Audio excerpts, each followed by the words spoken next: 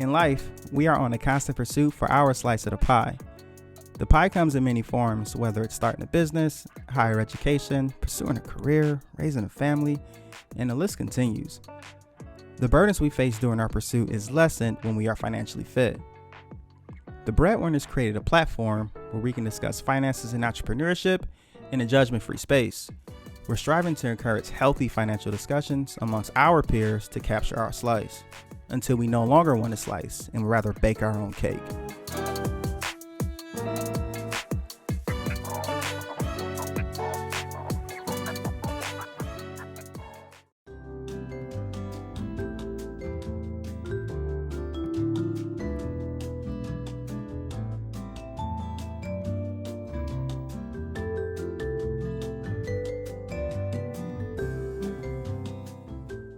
So, what sparked your entrepreneur spirit? Well, for me, I think it was just natural. I had always had a natural entrepreneurial spirit ever since I was a little kid. So just from being a little kid and becoming a man, it just grew. And just, over the years, just learning different things, following people, looking up to big guys like you, the guru. Yeah, right. Just, watching people. And now with social media, you can see basically inside of other people's lives now. Yeah. So just, that, and it just continued to grow, so. That's a really good point. You brought up seeing other people's lives, because back in the day, owners can hide behind that corporate glass, right? Yeah. So they'll be able to, do whatever it is that they want because social media wasn't around. We always make this conversation about Jordan, right? And about MJ, how, like LeBron, the MJ LeBron debate. Yeah. So how LeBron is like always in the spotlight because of social media and all athletes. Right. But back then, Jordan was doing some whatever it is he was doing. And I wonder how much you think that would have, how much do you think if a lot of things that he was doing on social media would have impacted his brand? I think with Jordan, he would have took some moments where it took some hits. I don't want to, throw him under, no, things he's done of with course. his, with his wife and everything. With that, he would have took some hits, because people would have, had their own, ideals and Yeah. No, I'm telling you, because people have their ideas and people have like their opinions. And basically, they'll form their own opinion about his life. We're in that woke culture too. So exactly. It's like, geez, it's crazy. But no, that's really interesting, because as athletes, they have to really shape themselves as a company and as a brand. Exactly. And building it from the base, they have a terrific platform because they're on TV, but building it as a base with what you're doing, it's a lot more harder. Right. It's a lot more difficult. So what are some influences? Let's not go there. Let's introduce you and your company. Okay. So shaping your entrepreneur spirit, Lotus Candles was founded, and that's a family brand, right? Yes. So tell us about Mr. Chris Thomas and Lotus Candles and how it got started. Yep, so back in 2017, so before that, me, my sister, and my mother, we always wanted to create a family business. Okay. But we never knew what should we create, because when you create a business, you should create something either that people need or people want. So one day, my sister basically said, let's do candles. Just simple as that. It just popped up, and we kind of just sat there for a minute, and it's like, let's do candles. Because people don't need candles, but everyone wants candles. So. Yeah, my wife loves candles, man. Exactly. It's, I don't know, it's like when you have a clean home, then you light the candle. It's just so welcoming and inviting, it's right? It's like the finishing touch. Yeah, to me, it's a part of the self-care routine. Or it can cover up funky smells. Yeah, we're going to focus on the positives though, right? We're going to focus on the positives. Right. Because growing up, the aroma was like pine sol on Saturday mornings when we had to clean up. And now it's like, you know what, I'm going to light a candle, give it a better scent, because that pine sol used to wake you up. Right. It certainly did, man. So let's talk about this entrepreneurial mindset. And how did that come about with you? Well, for me, I just feel like it was always in me. And I think for a lot of people, it's either in you or it's not. Even as a young kid, I went to the corner store. Me and the lady, we just had a nice little relationship, and she allowed me to buy Fruities. Remember Fruities? The penny candy? Yeah, they came $480 in a pack. She allowed me to buy the whole pack for the price that she paid, and I packaged them and I sold them to other kids and the football team. This is before I started playing the football team, because Mike St. Clair was across the street. Kids get out of practice, they want candy. Boom, I got no baggies. Hustling. So Hustling. that was just always in me, and it just continued to grow. Shoveling snow in the winter with my buddy. And just becoming older, looking for a business. Just because working for someone, I was never happy. No matter how easy the job was, how nice the people were, no matter the money, I was never happy. You know what? You brought up a really good point with that, a lot of good points. And what's crazy is the relationship. And I didn't know this about you with the penny candies, because I got my first start in sales when I was about 8, 9 years old. And we used to sell trinkets, like the little party favors at Cruise Park. And we used to sell them at the carnivals and fairs and stuff like that. And we used to do it because we wanted a couple bucks, but we just wanted to talk to girls, to be honest. But the crazy part, I used to be so shy to talk to girls, right? So, but that's what I drew on that entrepreneur spirit. And it's just finding like your purpose and your why, right? So looking at it from that perspective, you mentioned you couldn't do the corporate America, you couldn't do the 8 to 5, right? Right. So many people are like in that position where they're just not fulfilled. So let me ask you this question. My father always told me there are 2 important days in the world. There are 2 important days in your life. The day you were born and the day you find your purpose. What's your thoughts on that? Or was he just drunk? The day you find your purpose, I feel that, but I don't know. I guess I don't think a lot of people find their purpose though, because like you said, they caught up in that corporate world or a job, and they never find it because they're basically satisfying an endless need, basically. So it's like you live in paycheck to paycheck. As soon as you get your paycheck, it's gone already. You living for the weekend. It's like, who wants to live for the weekend? I've been there before. In corporate America, I'm not even gonna lie to you. I had a role, I'm not gonna say the company name, but I had a role where I was just working for the weekend. Right. Like I wasn't living for the weekend, but I don't know. I think it's just the way you play on words. But I was literally working for the weekend where I just couldn't wait till Friday. And then the thought or the notion just getting paid every 2 weeks or every other week, it's like, I want to get paid daily. Right. But that also comes into the mindset, okay, we have the entrepreneur mindset, which he wants to work for himself, and he wants to build his own brand, and which is pretty tough. It is. Because you're trading in that 8 to 5 for 24/7. Right. Exactly. But then on the other end is you have to be an investor too, right? Yep. So talk to me about that side of being an entrepreneur. The investing side? Do you have to be, let me ask you this, do you have to be an investor? Should you be an investor if you're an entrepreneur? Now, what kind of investing are you talking about? Like personally investing your time into something or money? Everything. Okay, yeah. So if you're talking about your personal time investing into your company, like you said, it's going to be 24/7. It's no days off. You have to be, you're going to be the salesperson, marketing person, cashier, the janitor. You're going to be everything. And the accountant, everything. So you're investing a lot of time researching things, because as a small business or entrepreneur starting off, you don't have a lot of money. And to hire somebody to do your marketing costs a lot of money. To hire an accountant costs a lot of money. So you got to invest your time if you don't have the money to invest, to learn these skills. Yeah, and then the resources as well. At some point, you may borrow money, you may do like crowdfunding and all that stuff. But when you invest your money as well, it's like you're putting your money where your mouth is. Exactly. But when it comes back to specifically with Lotus, you're competing with some big box brands. Yeah. The big guys. So talk to me about, weathering that storm in the beginning, because now you have a storefront on Larchmere, which I love that area. Yes. And but you have to weather that storm. So how can you tell someone to be super optimistic knowing that you're going to get some big guys? Right, yeah. So so it's hard because we actually had people, when we first started going to pop-up shops, we've had people come up to us like, oh, I can just go get this from, another company. I'm like, Okay, that's fine. So you just have to kind of have thick skin because you can't. People going to say things. People going to say your stuff is overpriced. People going to say your stuff is cheap. You know, everything. So for me, I just stay focused on myself.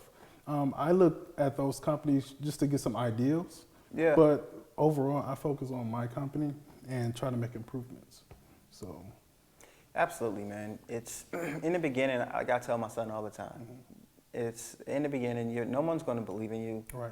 Like they'll believe in you, but we live in a world where it's like I got to see it to believe it. Exactly. So those first some odd days, months, could be years. It's It could be years. you just got to grind through it. Right. I mean, even with my business, it took me a long time to figure out exactly what I wanted to do and how I wanted to do it. And now I'm starting to see the fruits of the labor. Like last year I had like my best year ever, but now it's like you're starting to see the fruits of labor. But my business, The Breadwinners, I started in 2016, but I just had to figure out everything as I went. But by me still having a job working in corporate America, I gave myself that space to figure it out. But throughout that process, I found like my passion and my purpose, you know, and this is Slice of Pie podcast, and you know, in life we're on a constant pursuit of that. Right. So for you, Mr. Thomas, what's your slice of the pie?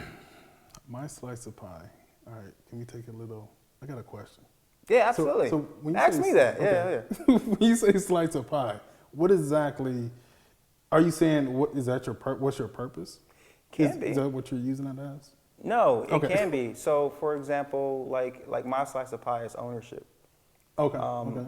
My slice of pie is like the legacy that I want to leave. Okay. Sorry, for my family and for my two boys and for my nephews and nieces is I want to leave them something to where it can grow capitally and giving them the tools and skill sets that I had, and hopefully we can share that vision. Like I tell people all the time, I'm a first generation millionaire, and that's exactly, you know, like my slice. Right, it's not so right, much the right. money, it's the Right. experiences, and then it's the positions that you can put your kids into. Exactly. Okay. So ours is pretty similar.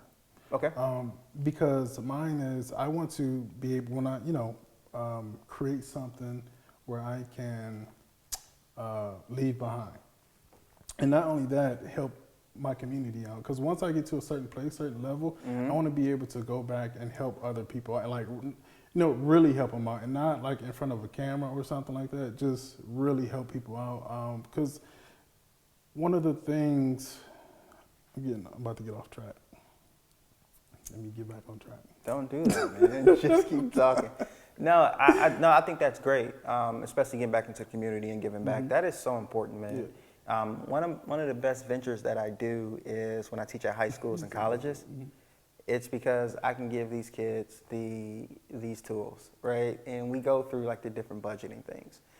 And when we go through that, it's like, oh man, I didn't know that, or I didn't know how to do this. It's something simple that I give them because I'm all about simplifying finance. You know, it's like keep it simple. I can easily throw out big words, big terms. Dude, I got hella degrees, so I can do all of that. Get you the But guru. I can do all of that, but it's pointless and it's not after my target audience. So let's talk about Lotus. Well, first and foremost, since we're friends, I'll always support my friends in all their businesses. I'm a big fan of if my friend makes a t-shirt company, I'm buying his t-shirts. If he has a Turo company, I'm renting his cars. Like that's just how I am because that's how we grow our businesses and the importance of shopping small. Like it is so big to me. But my experience walking into Lotus Candles is I'm greeted by your mom. Your mom is super dope. She just gives me that home feeling, you know, the feeling when I walk in there like, okay, I'm comfortable. Right. She's not pushy. Right, She's not exactly. salesy. She asks me, hey, how you doing? I'm good. How are you? I'm good. And let me know if you need any help. I said, okay, wonderful. Then I'm walking around and I ask questions like, can I smell these candles? And she's like, yeah, go right ahead. Right. She didn't even yell at me when little Max was yanking stuff off Right, the wall. 'Cause I'm right, like, right.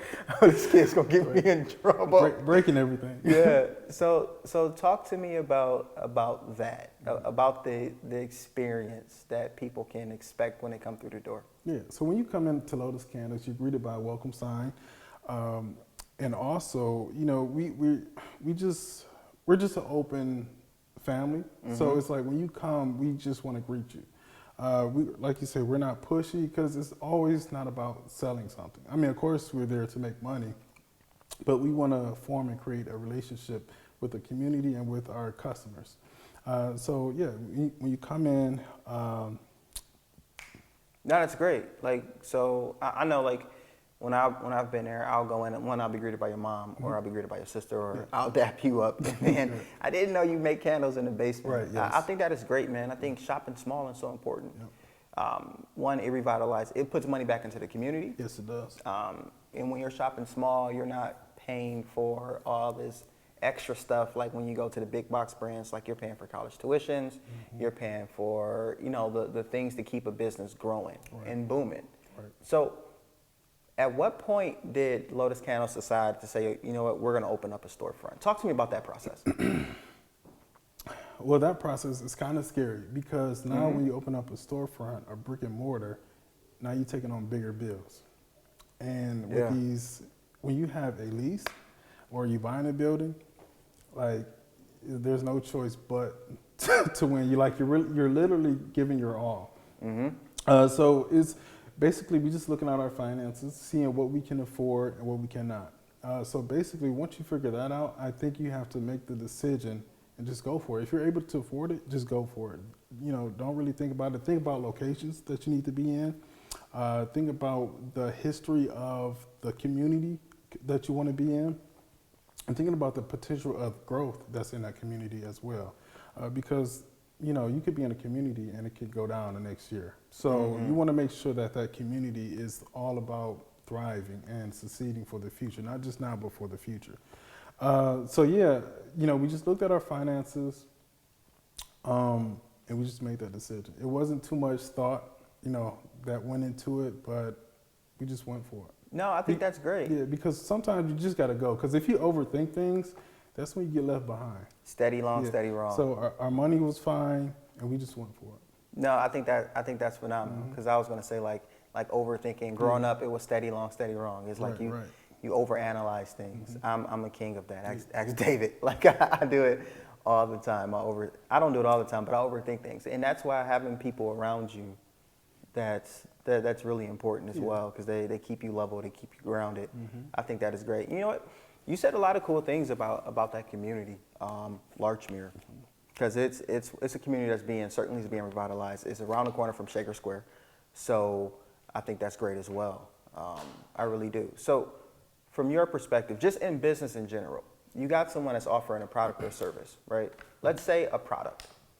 What's some advice you would give to them if they're ready to make that step, but they're kind of on the fence? Like, make a step about opening up a brick and mortar? Yeah, like, you know what, I saw this, they're walking their dog down the street. I saw this for lease space. I think the community's great.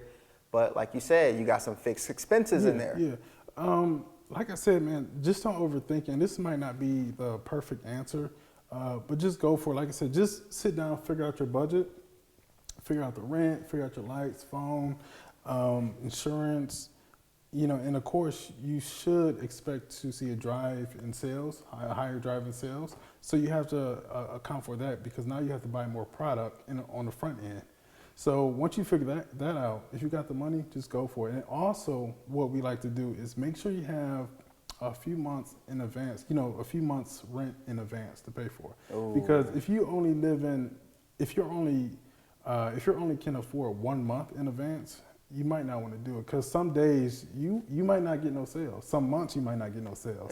You know, so you want to make sure you got I don't know. I like to have 6 months of rent in the bank. 6 months? For me. You know what's crazy? Because it's a comfort thing. That sounds like an emergency fund. Yeah. It is. It is, exactly right? What it is. It is. And I think that is so dope, because, you know, I'm all about personal finance, and I'm all about setting families and businesses up for success.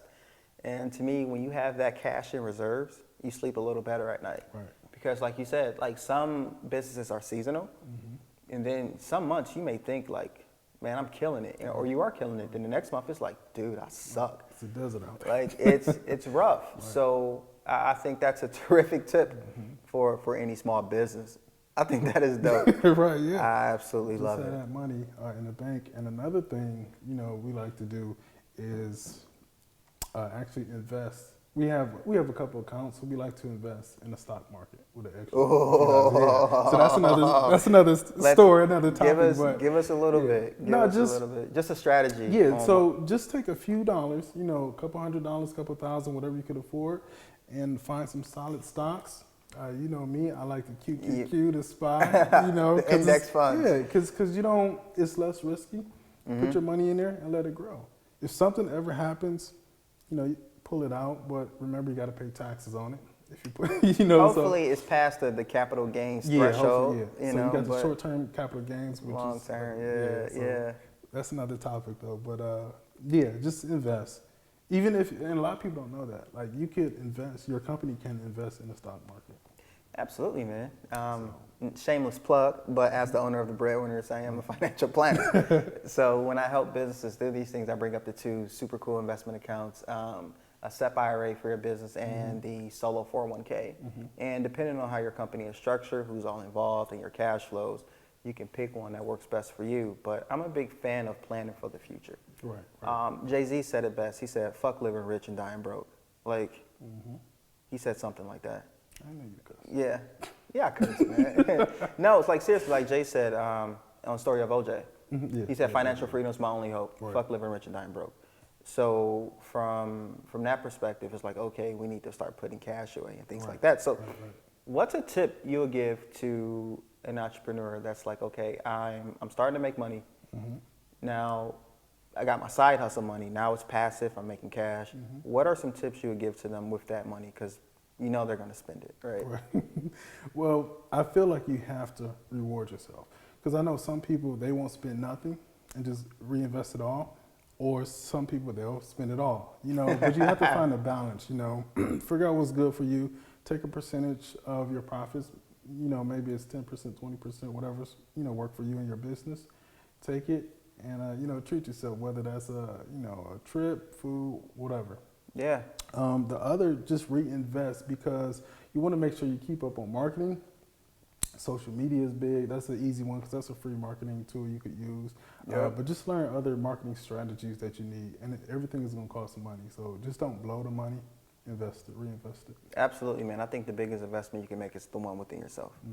I know the whole college expense thing is it's insane right now. College is really expensive. But I learned a lot during my years in undergrad and in grad school, especially going through the CFP route to be a financial planner. It showed me a lot. Right. But it was good because I learned a lot of cool information from that. Yeah, so let's get back to Lotus, man. Let's talk strategy really quick. Okay. Strategy regarding how do you set prices? Not Lotus, because I don't want you to give up your goods, but how would a company go about setting a price for like their product? Yeah, so I think what a lot of small businesses don't do, they don't do like a price analysis. Okay. They have to so you have to figure out what your cost is of everything. Your raw materials. A lot of people don't factor in like the shipping costs from products. So your raw materials, how much marketing costs, how much shipping costs, how much your storefront costs, all that price goes into your product. And once you figure how much that costs, then you can set your price. And make sure people don't do I think it's called value pricing. Okay. Yeah. So where just say a high-end brand, they'll have the cost of the product, then what the product is actually worth. Then they'll add the extra value on top of it. And a lot of small businesses, that's what they do. Well, they sell their product for $100, so I sell mine for $100. It's like, no, you sell yours for $50 because no one knows who you are. So, and that's where a lot of people get it wrong. So just make sure you're pricing your product at a decent price. So do a price analysis, figure out how much your product actually costs to make, and then you go from there. Don't overcharge people, don't price gouge. Yeah.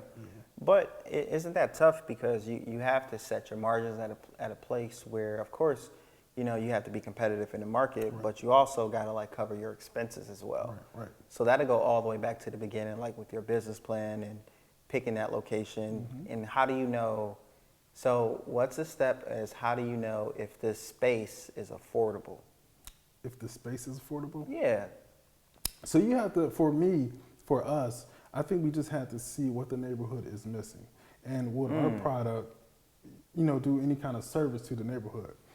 So we did some research. We figured out how far other candle companies were from that location, and there weren't many that was near that location. So, boom. I mean, for us, that's simple.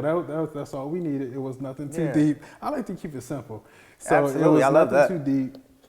And that's all we did. We figured out like the nearest candle companies, how much their prices were, and we went from there. Now, were you comparing to other small businesses, or were you comparing to like the big box guys? Everything. Everybody. Yep. Mm-hmm. Yeah, because you are going to compete with. Yep. Okay, cool. So let's get back to this Lotus. So what I'm curious as far as the makeup of all the controlling partners and the owners. So who is the most optimistic? Let's just do it and let's just go for it. Who is that in the group? It all depends. Sometimes I think it changes between me and my mother. Really? Yeah. But I think I have a little bit more edge because I am like, it is what it is. You are the Let's risk. go. Yeah. You don't take me as the risk taker. No, I am. You're conservative. No. man. I'm not. I'm laid back. You can't get that confused. Well, you are. I'm conservative to a point, but when it comes to certain things, you just got to do it.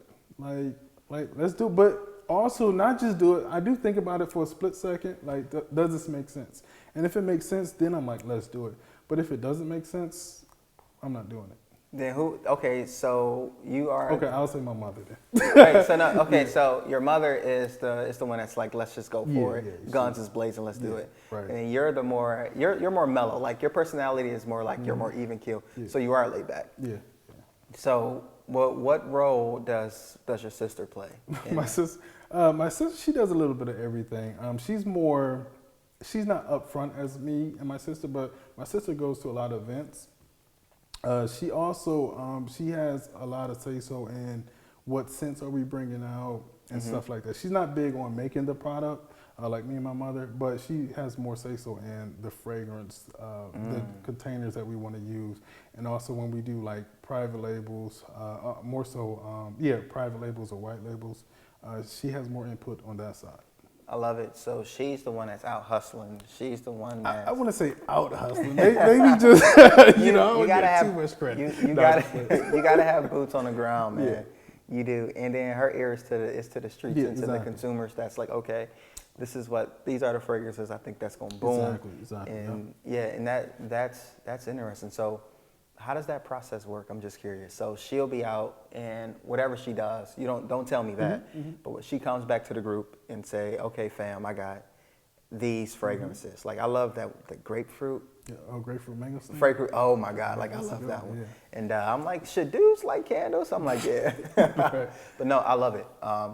So what's that process like? Like, okay, I like this scent, this scent, this scent. How do you three come together and figure it out? So far with the senses, I'm like the last person who deals with that. So my sister will go talk to my mother. They'll come up with a list of things. And they'll say, hey, so just say we have like 20 fragrances that we might want to introduce. Just say we have 20 fragrances, but we want to introduce 10. They'll come up with them, then they'll bring them to me. We'll all look at them like, well, let's do this one because we have too many fruity scents. So we're going to balance that out and get more woodsy. Or we don't have enough men's scents, so let's get more men's scents, because we have different categories. So that's how that basically works. We try to make sure we don't have too much of one certain category, and also too little of another. So we want to just make sure we have a variety of fragrances for people to choose from. Because if you just say you like woodsy smells, and we only have 2 options for it, then it's like I can only pick these 2. So we want to make sure we have about 4 to 5 different fragrances in each category. I never thought of that. You see, as someone on the outside looking in, I thought you just like picked it and then just put it out there. So there's a science to it. Yeah. I think that's dope. Simple science, but yeah. It's a science to it. Well, it's simple to you because you guys perfected it. So it's a lot of work, yeah. It's a lot of work. But what's your thoughts on this? Just as a on-the-fly marketing opportunity to where everybody comes up with 5 cents, or like the whole group, you got 5 or you got 10 or whatever. What's your thoughts on bringing people in and doing like a case study or doing like a type of event like that to let people, like, this is like the people's choice candles? I actually like that idea. You do? I do. I'll see my invoice. Correct. I actually like that idea, yeah. Because Yeah. we've done small samples like on Instagram where we ask a question, what's your favorite scent, or what scent should we bring out next? Because we are bringing out more scents. Currently we have 38 fragrances. We're going to bring out 12 more this year. So we're going to have a total of 50. Now, are those fragrances based on season?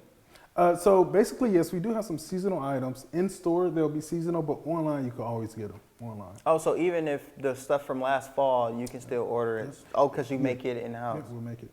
That's crazy.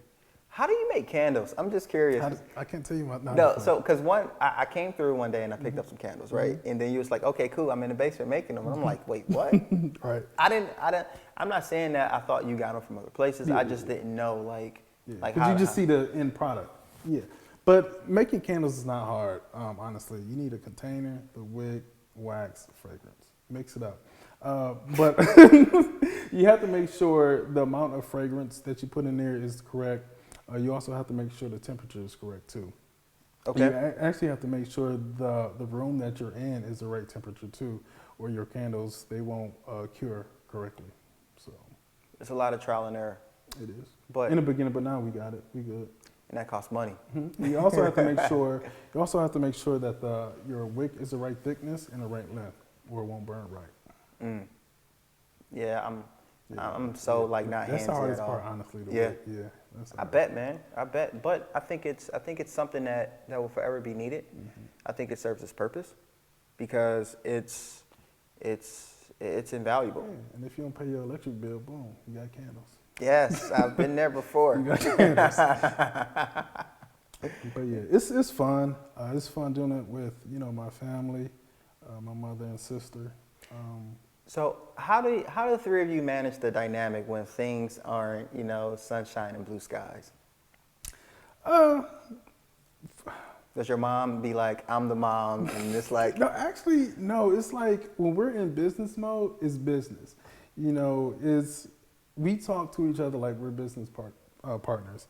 But we all have an equal say so in what goes on. No matter if I'm doing just say I'm doing a marketing side, I still won't put something out unless they all approve of it, because that's where things go downhill if you're doing something behind the scenes or without other people's approval, because they may see something that you don't. yeah, right. So, yeah. That makes sense. Did I answer your question? You answered it perfectly. Okay. Because it's your truth. And I think that's so dope, because people, like, in general, you'll think that, okay, family goes into business, things get spicy, and then it goes the other way. We definitely have arguments sometimes. Naturally, man. We got arguments, but we keep it business. Once we close our doors, boom, we back to normal. It never, just respect each other. Like, that's my mother and sister. I never disrespect them. But even if, they're not your family, just respect your partners, Yeah, absolutely. Absolutely. So, okay, we've determined a location for someone that wants to set up a storefront. We figured out, okay, a pricing strategy, how they want to, okay, and now let's talk operational, because you went through each cycle. So from a perspective of, okay, when you're first starting out, it's just you. So it's like you got to be marketing, you got to be operations, you got to be fulfillment, you got to be accounting and things like that. So what are some outside resources? Let's start with, do you use any productivity apps or anything to manage the day-to-day? Yeah, we do. That's more so my mother. I'm hands off with that part. Mom mother, manages. Yeah, she handles all that stuff. So, I might be able to answer a few questions about that, but that's more so her. And that's confidential. Absolutely. So, being an entrepreneur, how do you manage being even keel, controlling that emotion? Because like we said before, 1 month is champagne, next month is malt liquor. Like I said, for me, that's how my personality is already. I'm just a laid back person, and I just know that this is part of the job. Like I said, 1 month we're gonna have crazy sales every single day. In the next 2-3 months, we're not gonna have no sales. So it is what it is. You just at those down times, you just have to try to figure out how to come up with different strategies to pull people in on those slow months. So because every company has slow months, and down months. So just figure out how can you bring people in on those downtimes? You know, how to increase on those slow months. You know, because naturally for us, wintertime is slow for us, especially in that location, because people aren't out walking around anymore. So we have to go back to our online sales at that point now. Now we have to market to people online as opposed to come into our store. So. Definitely. No, I totally understand that. I'm not a big outdoorsy person in the winter, and that all goes back to planning as well, because like some businesses are seasonal. So like for me, like I got my start like doing credit, like fixing credit. I mean, 12 years into this thing, right? So for me, during tax time was always during tax time is when everything will balloon. And then as the year goes on, it decreases, except for last year, it just kept getting bigger. But you have to plan for all of that stuff. Exactly. And I think forecasting is important, especially early up front. But let's get back to some of these tips. Okay. Let's get back to some of these financial tips, because this is Slice of Pie. All right, let's go. And we are, all about personal finance and entrepreneurship. So let's start with this. What is one of your financial vices? I can start if you want me to start. Yeah, you start. All right. So every episode I give one, and I give so many, people are going to think I'm like really horrible with money, but I'm just going to keep it moving. One of my financial vices is, I would say, like getting little stuff off Amazon. Okay, ooh, that might be everyone's though. Yeah, it's so tough, because it's like I'll get my vitamins from Amazon. I'll get like the stuff that when I was boxing, I'll get that from Amazon. Because it's like if I don't have to go out and get it, I'm not going to do it. So I'm not as bad as my wife, but it's. Damn, threw under the bus? No, absolutely not. She's the frugal. Podcast? She's the frugal one in the family. She's the frugal one. I'm the spender. Okay. So we balance each other's out. But yeah, that's her vice is Amazon. I guess mine would be food and traveling. You travel a lot. I do. It's fun. I'm so envy of you. Listen, man, it's just the experience, man. Talk to me about that. The travel? Yes. Man, it's just getting out, man, and seeing different cultures and stuff, and see how, you know what I should do? Visit other candle companies in other countries. There you go, and you can write off as a business expense. It is, correct. That's it. That just came to mind. But no, just traveling. It's just something that I enjoy doing. Just seeing other countries, how they operate, learning the culture, the food there, and that's basically it, man. So how often do you travel? I'm curious, because every time I look on Instagram, it's you're out of there. It's not too often. Maybe once every couple months, 2 months maybe. That's a lot. Are you talking about out the country or within the U.S.? Period. Maybe once a month. Maybe twice a month. Yeah, I was going to say about twice a month. So, okay, cool. So where can we find Lotus Candles? Lotus Candles is online and on Instagram, and of course our brick and mortar, 12617 Larchmere Boulevard in Cleveland, Ohio. Instagram, shop Lotus Candles. And also you can find us at local pop-up shops. You know, just follow us on Instagram for that information, because we'll be everywhere. So what's coming up? What's anything new? Anything good?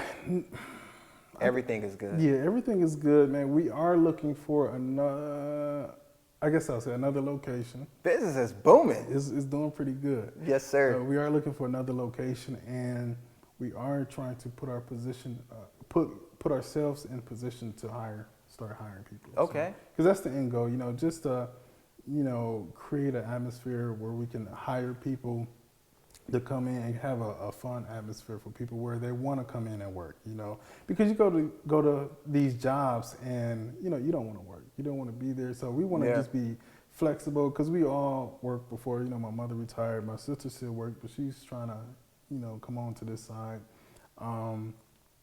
So we just know how it is. So we want to make sure we create an atmosphere where you come in, enjoy the job, and you don't want to leave. Absolutely. And I can definitely sense those vibes when I go into that candle shop. It's so welcoming. So, final tip, what advice would you give to someone that has the 8 to 5, but someone that has a side hustle that's booming, but they still are on that fence of making that complete jump? So are they able to make the jump? Let's assume they are. Okay. Just do it. Just do it. It's simple. If you're able to do it, make sure you have a nice savings account put up for your personally and your business. Because what's going to happen, like we said earlier, that you're going to have hard months. So make sure your financial, your personal savings account is good, is intact, and also your business. What else? That's good, man. And my final tip, and I'll just play off of that, is back in 2019, 2020, 21 of those years, I decided to, last year, when I decided to make that leap, I was a part of the Great Resignation. In November, it was like a gazillion people that quit their job. I didn't know what the hell was going on, but they did. And my mantra the year before was, I'd rather suffer defeat than live with regret. Right. So I'd rather look back on life and say, you know what? If it didn't work out, I tried. I gave it everything. Exactly. Versus looking back saying, damn, I should have did this or I should have did that. I'm not living life that way. Exactly. Yeah, you definitely don't want to live life at the end of your life, have regrets, That's why, that's why I travel and I just go for things, If it makes sense, go for it. Absolutely, but plan. Yeah, definitely plan. Okay, let me say that. Definitely plan, research, then go for it. There we have it. Yeah. Appreciate it. My endings are always awkward, so we're going to cut it at some point. Okay. But yeah, there we go. Bro, that was